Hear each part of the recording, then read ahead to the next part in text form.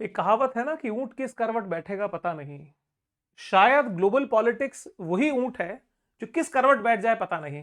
अभी कुछ दिन पहले डोनाल्ड ट्रंप जो है ये पीस डॉक्यूमेंट लेके बैठे हैं। एग्रीमेंट हुआ है कि साहब गाजा में शांति स्थापना कर दी है शर्म अल शेख में। और आश्चर्य की बात यह है कि जिन दो लोगों के बीच में लड़ाई है उन्हीं के रिप्रेजेंटेटिव मौजूद नहीं थे। ना बेंजामिन नेतन्याहू थे ना तो हमास का कोई रिप्रेजेंटेटिव यहां था। पर खैर इजिप्ट भी बीच में था, बड़े सारे देश आए, पाकिस्तान, इंडोनेशिया, ये सब। तो सब यहां शांति समझौते पे सिग्नेचर हो गए। लेकिन ये शर्मल शेख का जो नारा लगा था, पीस द मिडिल ईस्ट। अब मिडिल ईस्ट का पीस कितना अस्थाई है ये उसी ऊंट के करवट की जैसा है। सारी बात का विश्लेषण इस वीडियो में। नमस्कार, मेरा नाम है नीरज पारिक, आप देख रहे हैं Neeraj Pareek official YouTube channel. First time हमारे साथ में है तो truth, insight and impactful content के लिए अभी सब्सक्राइब करें और हिस्सा बने इस तेजी से बढ़ते जियो पॉलिटिकल परिवार का। आइए शुरुआत करते हैं। सब हुआ यह है कि डोनाल्ड ट्रंप के मन में कुछ ना कुछ हद में बेंजामिन नेतन्याहू यानी बीबी के लिए, बीबी इनको बचपन का नाम है, ट्रंप के मन में बीबी को लेके कुछ ना कुछ नकारात्मक बातें तो आई होंगी, गुस्सा भी आया होगा। सोच रहे होंगे यार आखिर में तुम चाहते क्या हो भाई। मतलब जिस हमास के इस पूरे मुद्दे को, जिस गाजा के मुद्दे को मैं सुलझाने बैठा था, अब तुमने तो फिर कुछ गड़बड़ पैदा कर दी। अब बेंजामिन नेतन्याहू ने क्या ऐसा किया, कौन सा आदेश दे दिए जिससे कि तबाही मच चुकी है। क्योंकि एक तरफ डोनाल्ड ट्रंप अभी एशियन यात्रा पे आए हुए हैं, स्पेशली ईस्ट एशिया के देशों में गए हैं। कहाँ, मलेशिया में जाके उन्होंने अभी जिनका वेलकम जो लोग कर रहे थे उनके साथ में एयरपोर्ट पे उन्होंने डांस कर लिया। उसके बाद में जापान में गए, जापान के अंदर भी वहां की महिला प्राइम मिनिस्टर जो भी नई नई बनी है उनसे मुलाकात हुई, वहां के राजा के पास जाके मिले। तो सारा मामला ये अपने एक डिफरेंट, जिसको बोलते हैं ना कि जियो पॉलिटिकल जोन क्रिएट कर रहे थे। उसी बीच में खबर आती है साहब गड़बड़ हो चुकी है। गड़बड़ ये है कि जिस पीस एग्रीमेंट पे आपने साइन करवाए थे वो पीस का सीज फायर तो खलास हो चुका है। हुआ क्या, चौंक गए। क्यों चौंक गए, खबर पढ़ लीजिए सर। हमास अटैकिंग रफा क्लोज, मतलब हमास ने अटैक कर दिया है रफा के इलाके में। रफा का जो इलाका है ये गाजा का हिस्सा है और दक्षिणी गाजा के अंदर ये आता है। नक्शा देखिए, चीजें समझ में आ जाएंगी। ये आप देख रहे हैं गाजा का मैप है, इसके इस तरफ ही इजराइल है। यहां पे जो आप देखेंगे तो ये रफा है और इसी के हिस्से के अंदर यहां पे इजराइल के जो सैनिक हैं, जिसको हम आईडीएफ कहते हैं, इजरायली डिफेंस फोर्सेस। तो आईडीएफ के ऊपर अटैक हुआ। इस अटैक के साथ साथ में एक मुद्दा और है जिसने इन सेंटिमेंट को खराब कर दिया। लगा यार गड़बड़ कर रहे हैं हम, एक तरफ पीस एग्रीमेंट की तरफ जा रहे हैं और दूसरा ये हमें उल्टा रिटेलिएट कर रहे हैं। तो साहब अब तो कुछ मामला हमें देना पड़ेगा, जवाब देना पड़ेगा।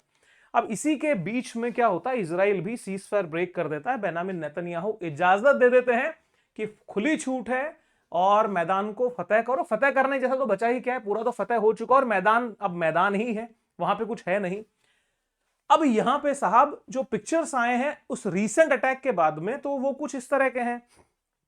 इजराइल ने जो अभी गाजा के ऊपर जो अटैक किए हैं उसके बाद में एक लगभग लगभग पूरा का पूरा बहुत बड़ी आबादी के शहर तबाही के कगार पे हैं। बचे कुछ हिस्सों पे और यहां पे अटैक हुआ। खबर जो बनी थी, खबर 29 अक्टूबर के रात के 12:19 की खबर है। Netanyahu orders immediate powerful strike on Gaza.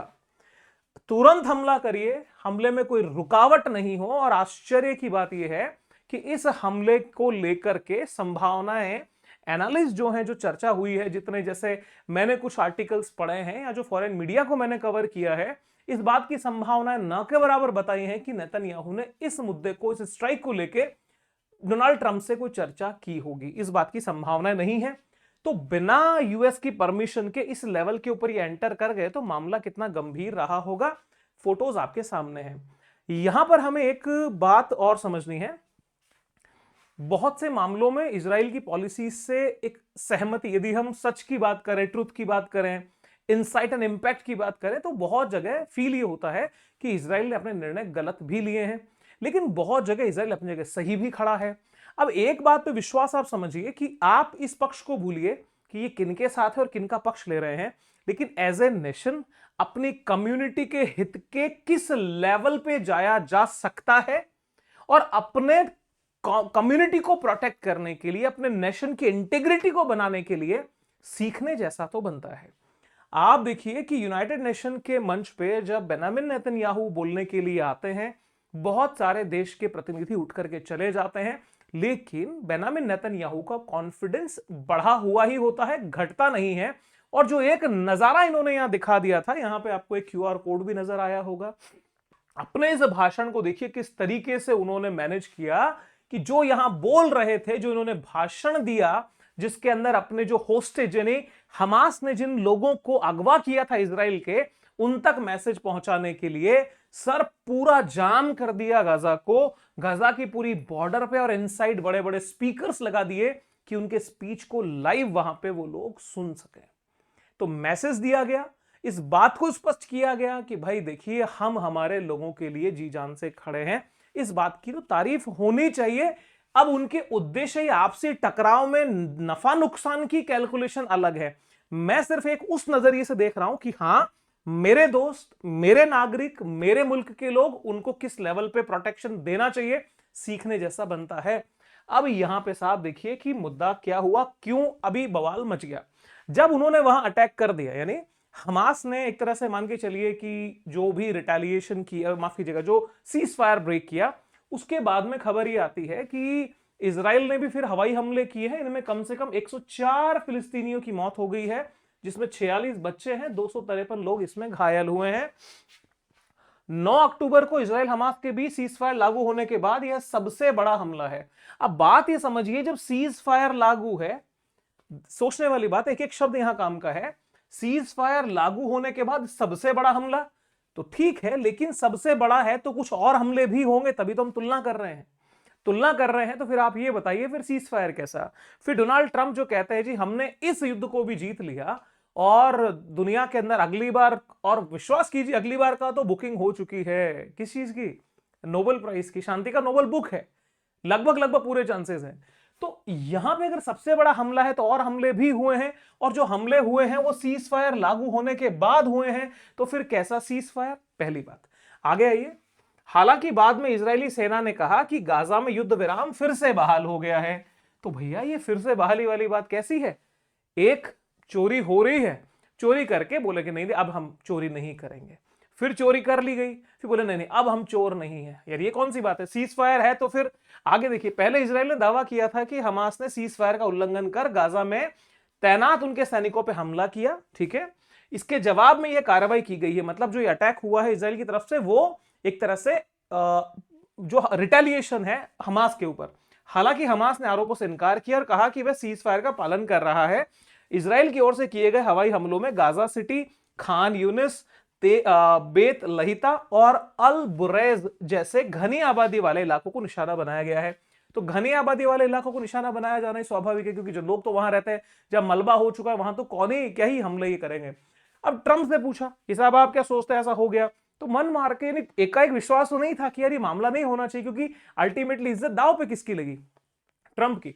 तो ट्रंप ने फिर भी फेवर में बयान दिया, बोला कि देखो ये इजराइल ने किया वो ठीक है, इजराइल का राइट है, क्योंकि मिलिट्री उनके ऊपर सैनिकों पे हमला हुआ, तो ये तो यार जवाब तो ये देना ही था, इसको जवाब ये क्यों नहीं देता? तो इस हमले से युद्ध विराम को कोई खतरा नहीं है, मतलब खुद की इज्जत जो है वो अभी भी ट्रंप बचाना चाह रहे हैं। और ये अभी ये भी तो बोले कि यार अभी ना राष्ट्रपति, मेरे को बड़ा दुख है इस बात का कि यूएस के अंदर सिर्फ यही रूल है कि 2 ही बार कोई राष्ट्रपति बन सकता है। मतलब आप सोचिए, ये दुनिया पे और एहसान करना चाहते हैं 4 साल का, ठीक है, 4, 8 और 12 साल पूरे करना चाहते हैं। तो साहब कोई बात नहीं, ये इनका वैसा सपना पूरा होना ही पॉसिबल नहीं है। और कहा कि अब संयम बरतना होगा हमास को। अब जो तस्वीरें आई हैं, वास्तविक इजराइल मीडिया ने जो तस्वीरें रिलीज की हैं अटैक के बाद की, उनका कुछ इस हिसाब से ही चित्र है जो आपके सामने मैंने दिखा दिए हैं।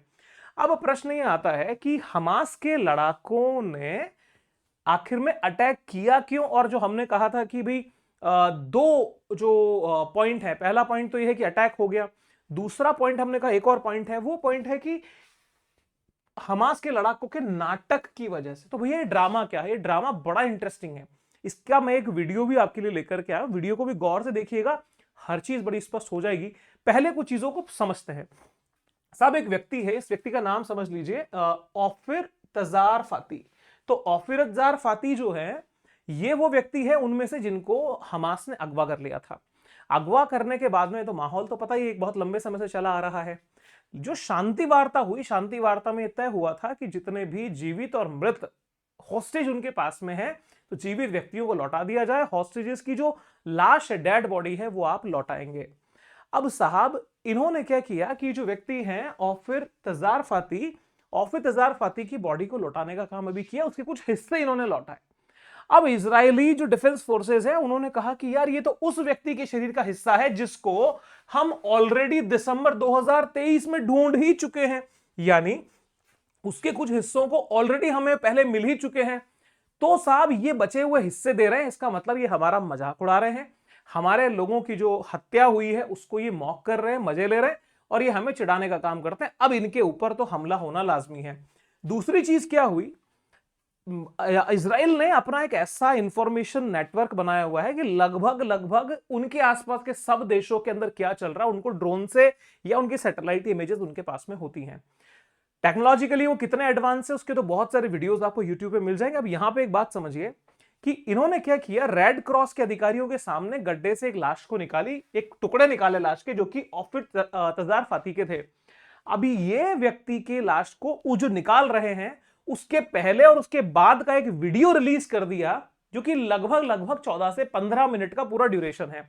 अब साहब उसको ड्यूरेशन को देखो, उसी को देखने के बाद में उन्हें इजरायली प्रधानमंत्री बेंजामिन नेतन्याहू ने इस पर चर्चा करने के लिए एक इमरजेंसी बैठक बुलाई और हमले का आदेश दे दिया। अब ये वीडियो क्या है, ये वीडियो आपके सामने आ चुका है, स्क्रीन में एकदम क्लियर कर देता हूं सो दैट आपको एकदम अच्छे से आप देख पाए। ये स्क्रीन आप देख रहे हैं सर, आपकी नजर इस रेड सर्किल पे होनी चाहिए। रेड सर्किल के जो अंदर व्हाइट आपको एक हिस्सा दिख रहा होगा। अब आप देखिए यहां से क्या शुरू होता है। सबसे पहले मूवमेंट शुरू हो चुका है, ये देखिए ये लाश के टुकड़े गिरा दिए गए। अब इसको हमास के जो लड़ाके हैं ये इसको ढकने का काम कर रहे हैं उसी मलबे से जो यहां पड़ा है, और साथ ही साथ में 16:08 ये टाइम भी यहां पे आपको ध्यान में रखना है, यानी 4:08 का वीडियो यहां पे है अभी। अब धीरे धीरे इसको ढका जा रहा है, ये देखिए किस तरीके से इसको कवर करने का प्रयास हो रहा है, सारे के सारे औजार इनके पास में है। अब ये एक 16:10 या टाइम हो चुका है, एक मशीन आती है जिससे कि मिट्टी हटाई भी जा रही है। अब अगला चरण, फिर मिट्टी हटा दी गई, पहले मिट्टी डाली गई फिर मिट्टी हटाई गई। अब रेड क्रॉस के अधिकारी यहां पे आ चुके हैं जो कि आपके सामने इस जगह पे आप देख सकते हैं।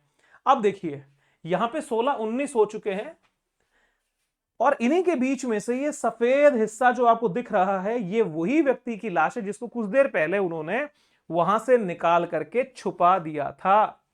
ठीक है, तो इस तरीके से ये बात स्पष्ट हो गई। और अब यहां पे समय 16:21 का है, तो कुल मिलाकर के 15 मिनट के आसपास का ये पूरा खेल आपके सामने आया और इस बात ने उकसा दिया कि यार ये क्या मजाक लगा रखा है तुम लोगों ने हमारे व्यक्ति की लाश के। अब ये क्या बोल रहा है कि भाई तुम बाकी लाश क्यों नहीं लौटाते, सवाल जवाब हुए। तो ये कहते हैं भाई अभी गाजा में 13 बंधकों के शव बाकी हैं। हमास का कहना है कि तबाही इतनी ज्यादा है कि शव ढूंढना मुश्किल हो रहा है, उनका पॉइंट है ये। इजराइल कह रहा है कि हमास जानबूझ के देरी कर रहा है, मिस्र ने खोज में मदद के लिए एक्सपर्ट्स और भारी मशीनरी भेज दी हैं। मतलब इजिप्ट भी हेल्प कर रहा है बेचारा, इजिप्ट के उसी लोकेशन पे, और इजिप्ट ने नारा भी दिया था कि it is the best place to have peace talks. यहां बहुत बोलते ना कि यार इस सीट पे बैठो यार, ये बड़ी शुभ है, इस पे बैठ जाएंगे तो इंडिया मैच जीत जाएगी। तो बस वैसा ही है कि यार यहां शांति वार्ता करो, यहां करोगे तो बेस्ट, मतलब पीस कैपिटल है ये शर्म अल शेख। अब शर्म अल शेख तो इनके लिए परेशानी का सबब बन गया। अब इन सब के बीच में ये जो शख्स आप देख रहे हैं ये इजराइल के रक्षा मंत्री हैं। इन्होंने बोला है कि भैया जो हमास है ना वो रेड लाइन क्रॉस कर रहा है। अब रेड लाइन का मतलब यही है कि आप जो तय शर्तें हैं, जिस एग्रीमेंट पे शांति वार्ता में जो तय मुद्दे हुए हैं उनको आप पालन करिए, लेकिन वहां पे मामला कुछ और ही है। तो एक बार इसको ब्रीफ कर लेते हैं। तो बुधवार सुबह हमला हो रहा है। इजराइल रक्षा बलों ने कहा कि इजराइल सरकार के निर्देश पर युद्ध विराम को नए सिरे से लागू करना हमने शुरू कर दिया है। ठीक है, आगे देखिए, हमास के उल्लंघनों के जवाब में गाजा पट्टी के सबों में 30 कमांडरों पर हमला किया गया, यानी जो रिटेलिएशन हुआ है इजराइल की तरफ से उसमें 30 कमांडरों पर हमला हुआ है और इसमें 104 फिलिस्तीनी मारे गए, 46 बच्चे 20 महिलाएं शामिल हैं। अब आप देखिए सर, आंकड़ा बड़ा हृदय विदारक होगा। युद्ध विराम की शुरुआत के बाद से 211 फिलिस्तीनी और युद्ध शुरू होने के बाद से 68,600 से ज्यादा लोग मारे गए। हमें लगता है कि यह आंकड़ा इससे बहुत ज्यादा है। इसी मुद्दे के बीच में इजराइल और फिलिस्तीन कहिए, इजराइल और हमास कहिए, ये अपने सेटलमेंट को जिस तरीके से करेंगे वो तो क्रमबद्ध तरीके से आगे बढ़ेगा। परिणाम आप इसके पक्ष में हो, आप इसके विपक्ष में हो, परिणाम क्या है वो आप समझ रहे हैं, जान रहे हैं। लेकिन जो proud to be the president of peace है, इनके ऊपर ये एक तनाव का कारण बनेगा। अब साहब इनके आगे क्या निर्णय होते हैं उसकी जो भी होगी बात हम आपका और विश्लेषण करेंगे। तो आपका क्या विचार है कि इजराइल का ये निर्णय सही है या गलत है? कारण ये है क्योंकि जब प्रमाण यहां पे दिखाया गया, जिस तरीके से वो गड्ढा खोदना, उसके अंदर उस लाश को डालना और फिर दिखा के ड्रामा करना, और जो कि प्रूफ दिखा दिए गए, तो अब यहां पे कुछ बच नहीं जाता है। और जब शर्तें तय हो चुकी उनका पालन हमास को करना चाहिए, जिससे कि आम आदमी की जिंदगी वहां ठीक बन सके। तो साथियों फिर किसी और वीडियो मुलाकात होगी। उम्मीद है ये वीडियो पसंद आया होगा। पसंद आया है तो आपके आशीर्वाद के कुछ वचन जरूर दे दीजिएगा, जिससे हमारा हौसला बढ़े, कुछ और बेहतर करने के लिए हम भी काबिल हो जाएं। तो फिर मुलाकात किसी और वीडियो में। Wish you very happy learning. सभी राष्ट्रवादी भाइयों को जय हिंद, बाय बाय।